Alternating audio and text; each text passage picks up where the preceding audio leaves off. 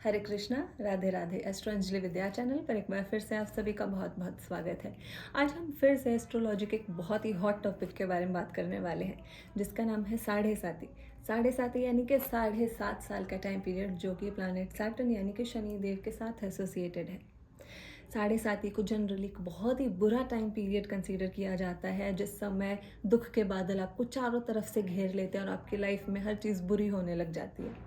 लेकिन अगर मैं आपको बताऊं कि इसी साढ़े साती के दौरान इंदिरा गांधी प्राइम मिनिस्टर बनी, नरेंद्र मोदी प्राइम मिनिस्टर बने, जवाहरलाल नेहरू प्राइम मिनिस्टर बने, and there are few of them जो मुझे अभी याद नहीं है। बट सेलिब्रिटीज़ की बात करें, कपिल शर्मा अपनी साढ़े साती के दौरान अपनी करियर की पीक पर पहुंचे। Vivek Oberoi is also one example, और ऐसे ढेरों एग्जाम्पल आपको मिल सकते हैं जिसमें आपको ये देखने को मिलेगा कि इंसान साढ़े साती के दौरान एकदम पीक पर पहुंच जाए।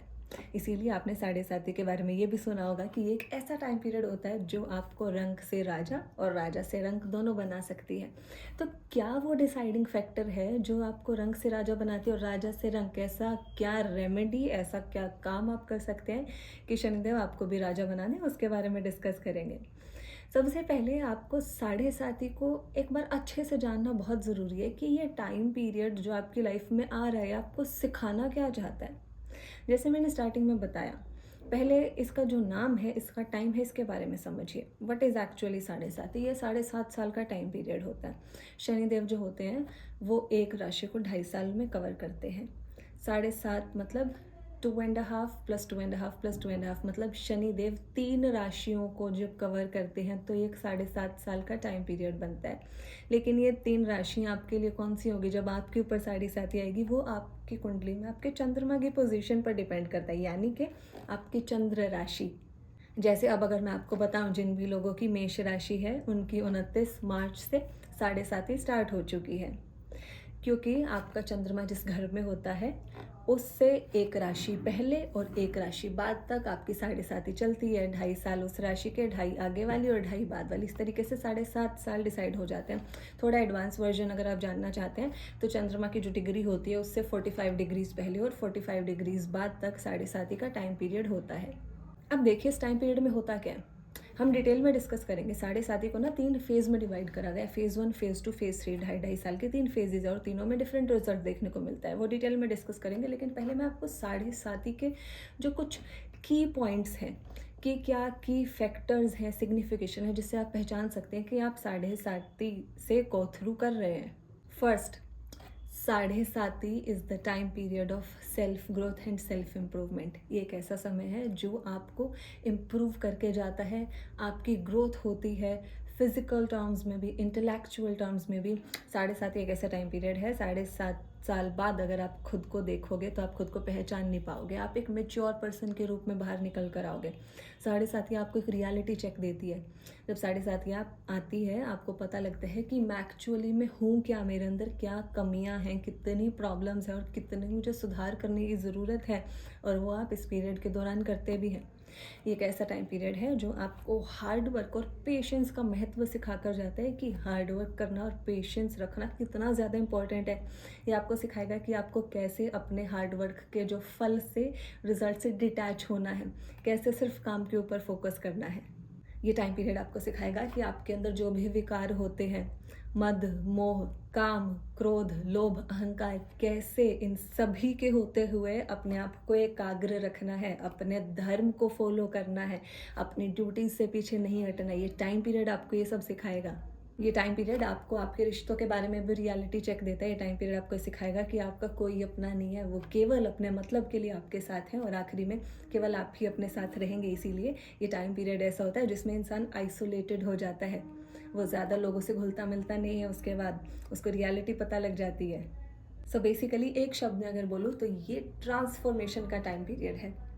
आप इस साढ़े साती में एंटर तो करोगे कैटरपिलर की तरह, लेकिन बाहर एक बटरफ्लाई की तरह निकलोगे। इतना अच्छा ट्रांसफॉर्मेशन आपके अंदर आएगा अगर आप साढ़े साती में सभी अच्छे काम करते हैं तो। अब साढ़े साती के 3 फेजेस के बारे में मैं आपको बताती हूँ। फर्स्ट फेज़ यानी कि पहले के 2.5 साल, ये इंसान के लिए सबसे ज़्यादा मुश्किल होता है, क्योंकि उसकी लाइफ में अब चेंजेस आना स्टार्ट हो जाते हैं और इंसान के लिए सबसे मुश्किल काम होता है चेंजेस के लिए अडाप्ट करना। क्योंकि इंसान जो होता है ना, उसको अपने कंफर्ट ज़ोन में रहना बहुत पसंद होता है, कि मुझे कोई बोले ना कि अपनी हैबिट चेंज करो, B it food habits, work habits, कैसे मुझे रहना है, सोना है। इंसान को ना फ्रीडम बहुत पसंद होती है, अपना कंफर्ट जोन बड़ा पसंद होता है कि मेरा जैसा मन करेगा मैं वैसे रहूँगा, वैसे चलूँगा। लेकिन साढ़े साथ ही आपको फोर्स करेगी चेंज होने के लिए, हार्ड वर्क करवाएगी आपसे, आपको पेशेंस सिखाएगी, आपको टाइम पर रिजल्ट नहीं देगी, आपकी लाइफ में एंडलेस स्ट्रगल स्टार्ट हो जाएगा। जो ये पहला फेज़ होता है ना, ये इंसान के मस्तिष्क को इफ़ेक्ट करता है, मानसिक लेवल पे आपको इफ़ेक्ट करेगा। इसीलिए इंसान का स्ट्रेस इंक्रीज़ हो जाता है, उसे एंग्जाइटी होने लग जाती है, उसे डिप्रेशन होने लग जाता है। क्यों? क्योंकि उसके लाइफ में जो चेंजेस आ रहे हैं उसकी वजह से। और इसी के कारण इंसान में जो जो विकार होते हैं, जो मैंने पहले भी मेंशन किया, काम, क्रोध, मद, मोह, लोभ और अहंकार, ये सारी चीज़ें उस इंसान के अंदर उभर कर आती है।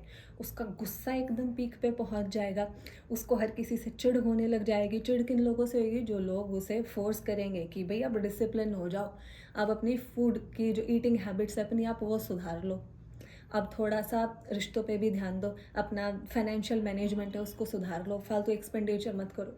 तो वो लोग जो उसको सही राय देंगे, सही रास्ता दिखाएंगे, वो सारे लोग उसको अपने दुश्मन नज़र आएंगे। अब कि ये मुझे चेंज क्यों करना चाह रहे हैं, इंसान बहुत रेजिस्ट करता है उस समय चेंज के लिए।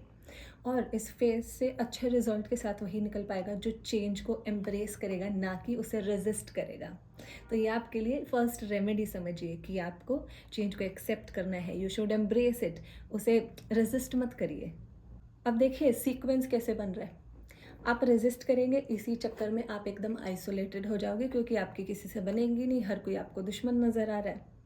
और हो सकता है कि आप दोस्त मान भी रहे हो तो वो इंसान फिर आपके साथ कुछ बुरा कर दे रहा है, तो आप एकदम आइसोलेटेड हो जा रहे हो, आपको अकेले समय बिताने का टाइम मिलेगा। ये प्लस पॉइंट है, जो कि आपको इनिशियली नेगेटिव लग सकता है कि कोई मेरे साथ अच्छे से पेश नहीं आ रहा है, लोग मेरा तिरस्कार कर रहे हैं, मेरी बेइज्जती कर रहे हैं। ये भी एक ट्रेट होता है साढ़े साथी का। इस समय डिफेमेशन हो सकता है आपके ऊपर, कोई फॉल्स एक्यूजेशन लग सकता है, या जनरली आप ऑफिस में जा रहे हैं तो बॉस बेइज्जती कर दे रहे हैं, काम का रिकॉग्निशन नहीं मिल रहा है। क्यों? क्योंकि ये साढ़े साथी आपको हम्बल बनाना चाहती है, ये आपको आपके कर्म के फल से डिटैच करना चाहती है।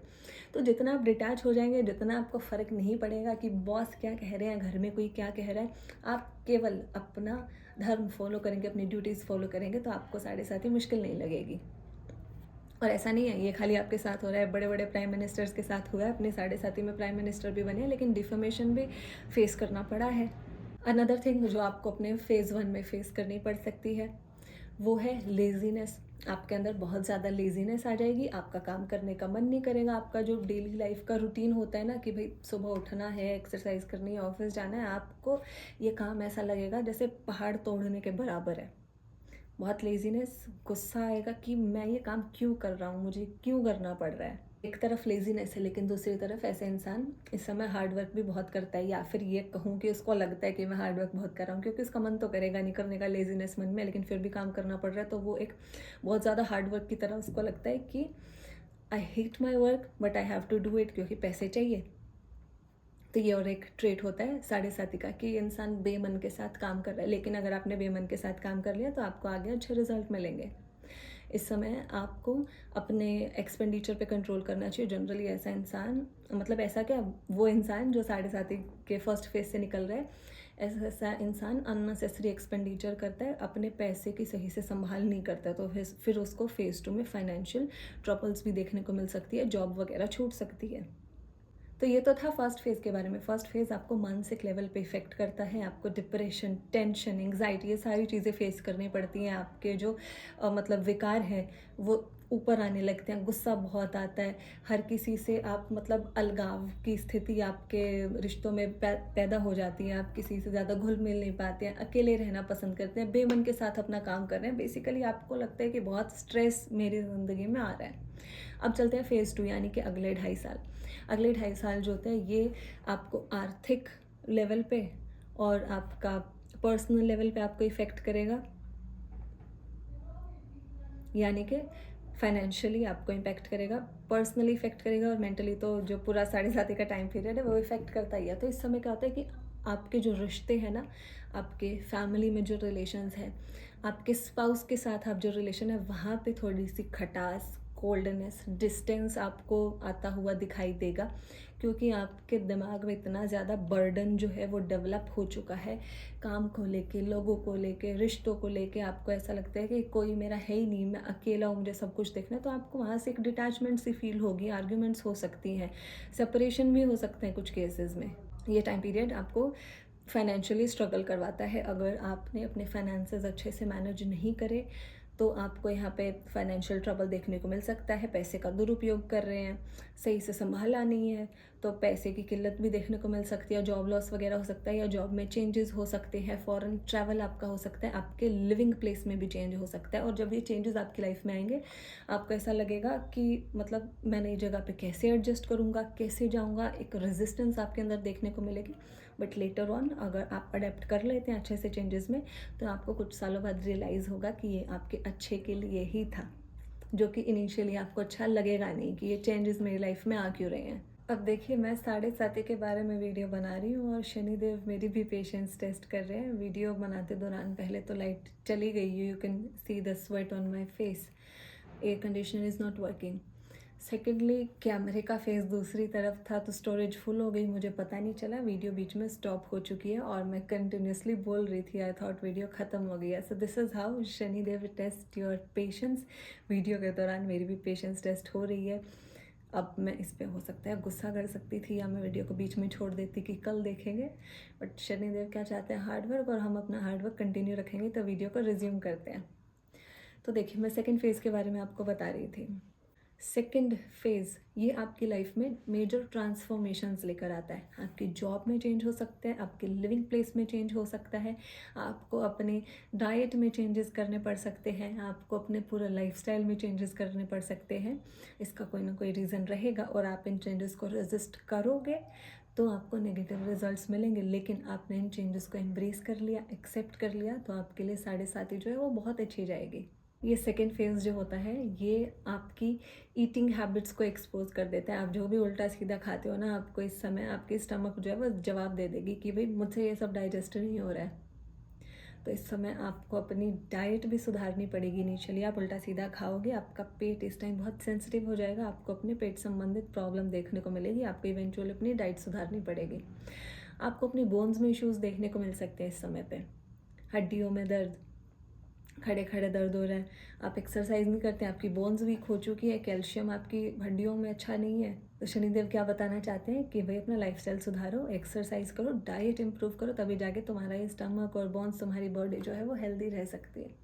तो आप एक बात समझिए, शनिदेव आपको डिसिप्लिन और हार्डवर्क सिखाना चाहते हैं, not just with respect to work, लेकिन अपनी हेल्थ को लेके, अपनी लाइफस्टाइल को लेके, अपनी ईटिंग हैबिट्स को लेके, अपने रिलेशनशिप को लेके, हर चीज़ में आपको पहले प्रॉब्लम लेकर आएंगे शनिदेव। क्योंकि जब प्रॉब्लम आएगी तभी तो आप सुधार करेंगे, क्योंकि मनुष्य तो गलतियों का पुतला है, गलती करके सीखता है। अगर पहले से ही पता होता तो हम महान आत्माएं होते और हम पे 7:30 का इफेक्ट होता नहीं, लेकिन हम इंसान हैं, पहले हम गलती करेंगे फिर सीखेंगे। तो देखिए, काम में डिसिप्लिन लाना है, ईटिंग हैबिट्स में लाना है, अपनी हेल्थ को लेके लाना है डिसिप्लिन, अपने रिश्तों को अच्छे से संभाल के रखना है। ये जो टाइम पीरियड मैंने आपको बताया कि आपके रिश्तों में एक डिस्टेंस क्रिएट करता है। अब आप ये मत समझिए शनिदेव आपके रिश्तों में डिस्टेंस क्रिएट कर रहे हैं, ये आपके विकार हैं जो आपके रिश्तों में ये खटास और ये दूरी लेकर आ रहे हैं। आपके अंदर जो विकार हैं, काम, क्रोध, मद, मोह और लोभ, आपके जो विकार हैं यही आपके रिश्तों में दूरी लेकर आ रहे हैं। शनिदेव तो ये चाहते हैं कि अपने इन विकारों से दूरी बनाओ, अपने इन विकारों को छोड़ो, लेकिन आप अपने विकारों को छोड़ते नहीं हैं, तो आपके रिश्ते आपसे छूट जाते हैं। शनिदेव कहीं भी आपका बुरा नहीं चाहते हैं शनिदेव, लेकिन आपको ऐसे हार्श एक्सपीरियंसेस आपकी लाइफ में देंगे जिससे आप इवेंचुअली सीखेंगे। क्योंकि शनिदेव की स्टोरी आपको मालूम होगी कि उनको अपनी लाइफ में कुछ खास गाइडेंस मिली नहीं, पिता की गाइडेंस उनको नहीं मिली, माता से भी कुछ खास स्नेह और प्यार नहीं मिला। शनिदेव एक ऐसे प्लैनेट है जो अपने एक्सपीरियंसेस के थ्रू खुद सीखे और आपको भी उसी तरीके से सिखाते हैं। He is a strict discipline master. आपको भी गलतियां करके लाइफ का हार्श रियलिटी चेक दे के तब चीज़ों को सिखाते हैं।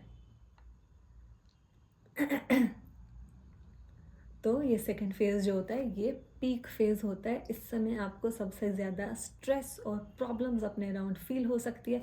फाइनेंशियल प्रॉब्लम फील हो सकती है, जॉब नहीं है, पैसे नहीं है, क्योंकि फाइनेंशियल मैनेजमेंट आपका अच्छा नहीं है।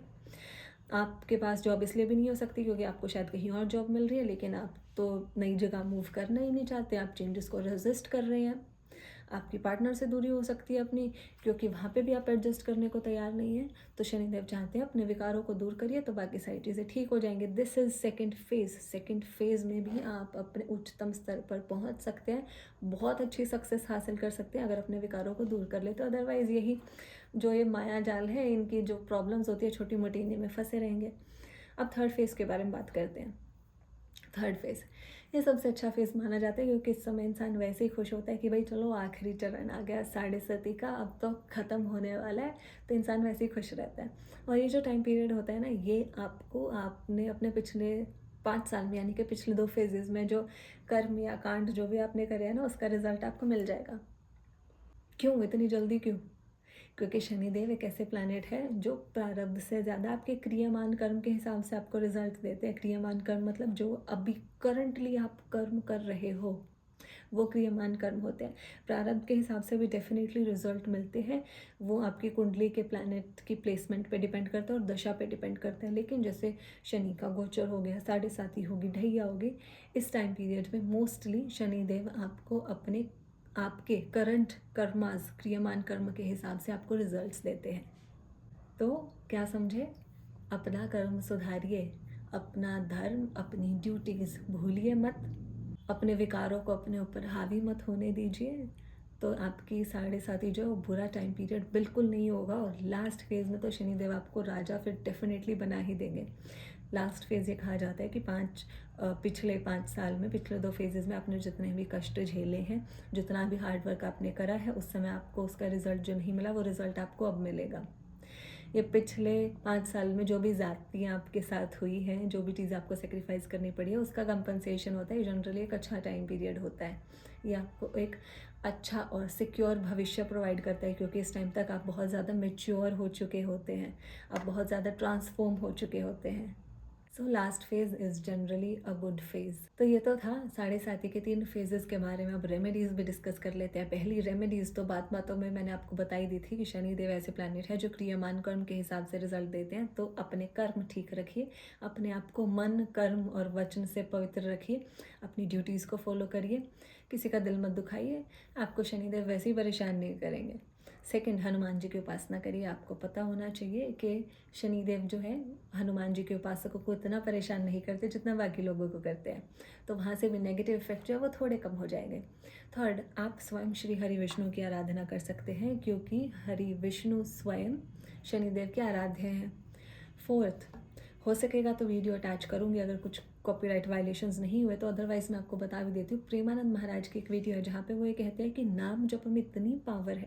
आप कोई भी नाम जप करें, आप राधा नाम जपें, आप कृष्ण नाम जपें, राम नाम जपें, कोई भी, अगर आप सच्चे मन से निष्ठा से नाम जप कर रहे हैं, मन कर्म वचन से पवित्र हैं, अपनी ड्यूटीज़ धर्म अच्छे से फॉलो आप कर रहे हैं, किसी का कुछ गलत नहीं करते, तो कोई भी प्लैनेट, कोई भी ग्रह आपका कुछ नहीं बिगाड़ सकता।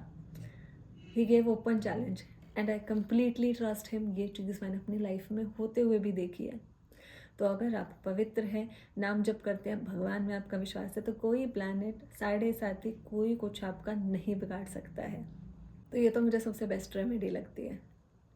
तो ये वीडियो था साढ़े साती के बारे में, एक कंप्लीट होलिस्टिक इन्फॉर्मेशन मैंने आपको प्रोवाइड करने की कोशिश करी और आशा करती हूँ जो लोग मेष राशि वाले हैं जिनकी साढ़े साती स्टार्ट होने वाली है, उनके मन से जो भय है साढ़े साती का वो दूर हुआ होगा और वो इसका पूर्ण लाभ प्राप्त कर पाएंगे इस वीडियो की सहायता से। तो आशा करती हूँ वीडियो आपको पसंद आई। अगर पसंद आई तो please like, share and comment करके मुझे ज़रूर बताइए। मिलती हूँ अगली वीडियो में, तब तक खुश रहिए, अपने परिवार का ख्याल रखिए। हरे कृष्णा, राधे राधे।